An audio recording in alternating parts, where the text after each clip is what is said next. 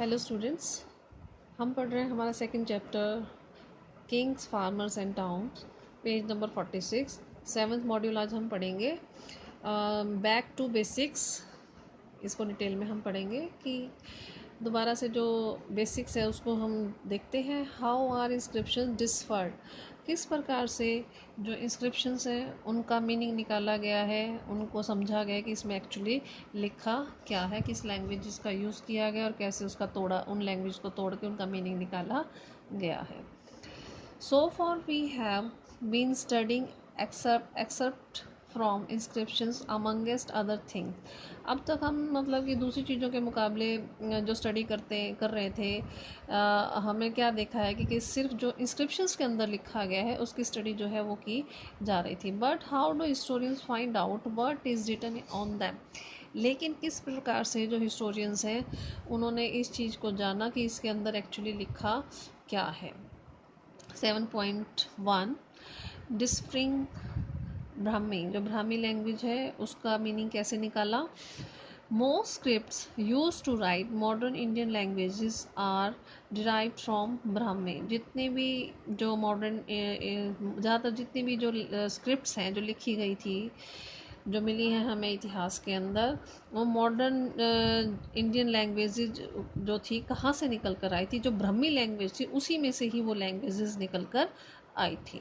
The script used in most Ashokan inscription, और ये script जो है, जो ज़्यादातर जो अशोकन स्क्रिप्ट है उसके अंदर इसी स्क्रिप्ट को यूज़ किया गया है। From the late 18th century, European scholars aided by Indian Pandits work backward from contemporary Bengali and Devanagari. The script used in Hindi, भाई देवनागरी जो लिपि है वो ज़्यादातर हिंदी लैंग्वेज को लिखने के लिए जो यूज़ किया जाता है।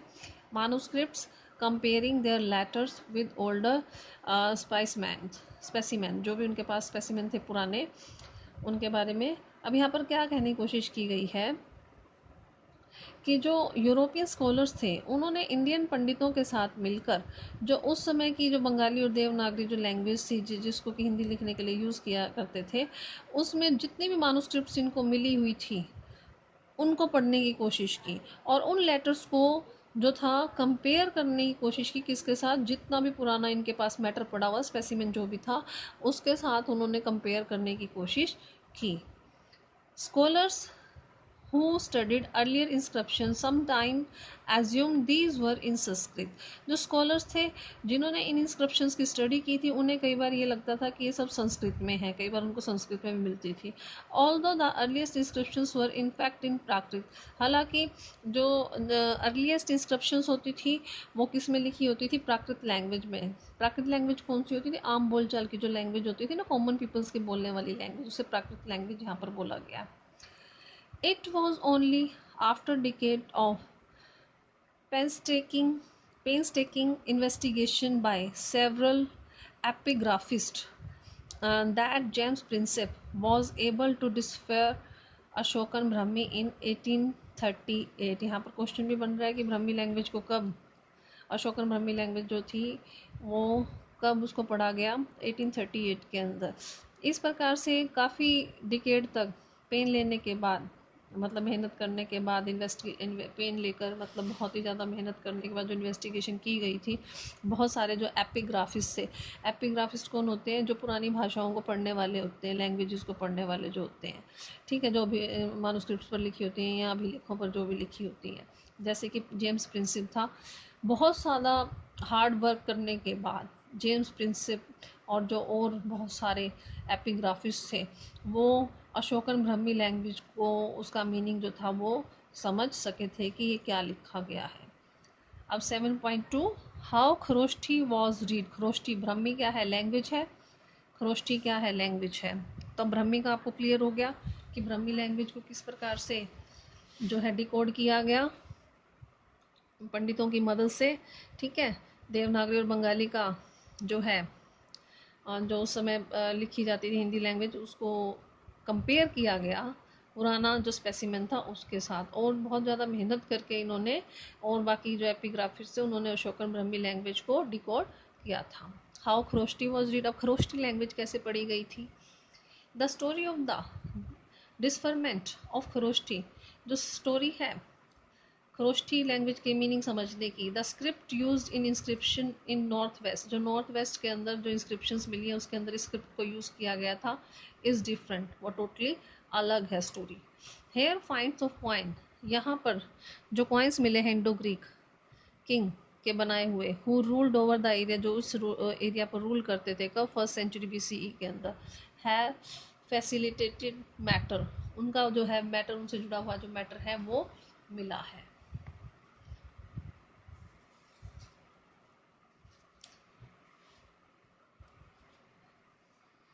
These coins contains the name of king written in Greek and Khroshti script। अब ये जो कॉइन्स हैं इनके ऊपर लिखा गया है जो किंग थे उनका नाम ग्रीक और खरोष्टी लैंग्वेज के अंदर। European scholars who could read the former compared letter, अब जो यूरोपियन स्कॉलर्स थे वो इन लैंग्वेज को पढ़ते थे और कंपेयर करते थे इनके जो लेटर्स होते थे उनको। अब कैसे कैसे कंपेयर करते थे, जैसे कुछ तो उनको समझ में आ चुकी थी ब्राह्मी लैंग्वेज, अब खरोष्टी की भी जो लैंग्वेज थे उनमें जो लैंग्वेज उनको आती थी उसके साथ वो कंपेयर मिला के देखने की कोशिश करते थे। अब जैसे यहाँ पे एक एग्जांपल दिया हुआ, इससे आपको अच्छे से क्लियर हो जाएगा। For instance the symbol of A, जैसे कि ए जो सिंबल है could be found in both script, वो दोनों ही स्क्रिप्ट्स के अंदर मिला है लिखा हुआ नेम लिखने के लिए। जैसे कि यहाँ अपोलोडोटस नाम लिखा है, इसके अंदर भी ए आ गया, ठीक है, तो ए को जैसे यहाँ लिखा गया वैसा ही सेम उस लैंग्वेज के अंदर लिखा गया। तो ऐसे मैच करके देखने की कोशिश करते थे क्या क्या नाम है और किस प्रकार से अक्षर मैच कर रहे हैं। With Prinsep identifying the language of Kharosthi inscription as Prakrit, अब प्रिंसिप ने जैसे कि आइडेंटिफाई किया था खरोष्टी लैंग्वेज क्या है, इंस्क्रिप्शन क्या है, प्राकृत लैंग्वेज को ही खरोष्टी लैंग्वेज कहा गया है। It become possible to read longer inscription as well, और ये पॉसिबल हो पाया कि काफ़ी मतलब कि जो बड़ी बड़ी इंस्क्रिप्शंस हैं उनको पढ़ा जा चुका है। अब है 7.3 हिस्टोरिकल एविडेंस फ्रॉम इंस्क्रिप्शन। अब इंस्क्रिप्शन से हिस्टोरिकल एविडेंस सबूत क्या क्या मिलते हैं।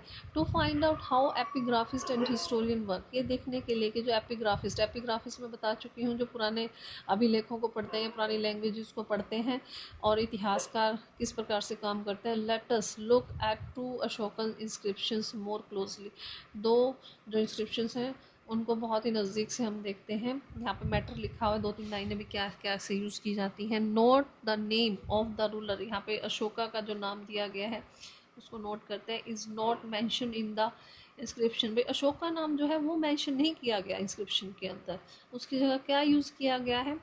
What is use instead or title adopted by the ruler, उसकी जगह जो टाइटल राजा को दिया गया था ना वो यूज़ किया गया। टाइटल क्या थे, देवन देवनम पिया, देवनम पिया, जिसका मीनिंग क्या था, देवताओं को प्रिय एक्चुअल में, ठीक है, देवनम प्रिया। ऑफन ट्रांसलेटेड एज, जिसका मीनिंग क्या निकाला है यहाँ पे, बिलव्ड ऑफ द गॉड्स, भगवान को जो अच्छा लगता है।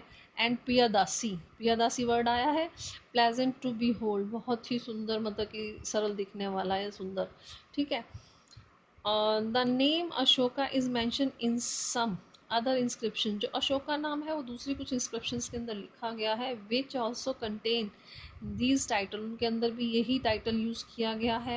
मतलब जैसे एक इंस्क्रिप्शन के अंदर अशोका नाम भी आ गया, टाइटल भी आ गया, तब दूसरी पढ़े तो उसके अंदर जब ये दो नाम आएंगे तो समझ जाएंगे ना कि ये उस इंस्क्रिप्शन में ये नाम आया था, तो ये अशोका के लिए ही यूज़ किया गया है, टाइटल है अशोका का।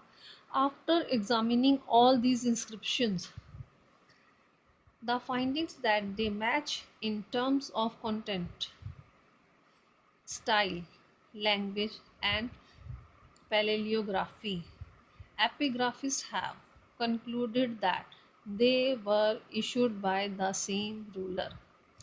After examining these examination inscription sorry इन सब इंस्क्रिप्शंस को एग्जामिन करने के बाद and finding that they match in terms of constant, भी क्या वो सभी जो है आपस में मैच कर रही हैं, कैसे मैच करना, भी उनका स्टाइल क्या सेम है, लैंग्वेजेस और क्या लैंग्वेज यूज़ की गई है, और पैलेलोग्राफी, भाई पुरानी जो इसकी जो भाषा लिपि का विज्ञान जो है, पुरानी भाषाओं का जो विज्ञान है उसको पैलेग्राफी यहाँ पर कहा गया। इन सब की स्टडी करने के बाद स्टाइल का, लैंग्वेज का और पुरानी भाषाओं की स्टडी करने का जो विज्ञान है, इन सब चीज़ों को यूज़ करके जो एपिग्राफिस्ट हैं, एपिग्राफिस्ट कौन है? जो पुरानी भाषाओं को पढ़ने वाले हैं। है कंक्लूड, इन्होंने क्या नतीजा निकाला है? That they were issued by the same ruler, कि ये सेम रूलर के द्वारा इशू की गई हैं। सिक्कों की बात की जा रही ना ऊपर, यहाँ ये इंस्क्रिप्शन है। You may also have notice that Ashoka claim that earliest ruler had no arrangement to receive report. अब तुमने ये भी नोटिस किया होगा कि अशोका ने ये भी कहा है कि जो उससे पहले के रूलर थे, अर्लियर रूलर्स थे, उन्होंने कोई अरेंजमेंट नहीं किया कि जो भी है उसका जितनी भी रिपोर्ट्स हैं वो बनवा के रखवा सकें। If you consider the political history of the subcontinent prior to Ashoka, अगर तुम कंसिडर करोगे जो राजनीतिक इतिहास है अशोका से पहले का इस कॉन्टिनेंट के, सब कॉन्टिनेंट के, do you think this statement is true, क्या तुम्हें लगता है कि ये स्टेटमेंट ट्रू होगी? Historians have to constantly assess statement, उन्होंने इन स्टेटमेंट्स को असेस किया, इनका मूल्यांकन किया, मेड इन इंस्क्रिप्शन टू जज वेदर दे आर ट्रू, और इंस्क्रिप्शन को जज किया कि भाई क्या ये सही है, और इसके बाद क्या है प्लॉसिबल होगा भी, क्या ये संभव था? भाई उन्होंने पहले से जो रिपोर्ट्स हैं वो लिखी नहीं है, और एक्स का जर्नेशन, या फिर क्या बढ़ा चढ़ा कर ये बात अशोका ने लिखी है। ठीक है, इनका असेसमेंट जो है हिस्टोरियंस ने किया है अशोका की स्टेटमेंट का। Did you notice that there are words within brackets, क्या तुमने नोटिस किया है कि कई जगह जो है वर्ड्स दिए गए हैं ब्रैकेट्स के अंदर? एपिग्राफिस्ट जो अभिलेखों को पढ़ने वाले जो हैं, sometime add this to make the meaning of sentence clear, इन्होंने इनको ब्रैकेट में लिखकर उस सेंटेंस को क्लियर करने की कोशिश जो है अभिलेख शास्त्री जो थे उन्होंने की है।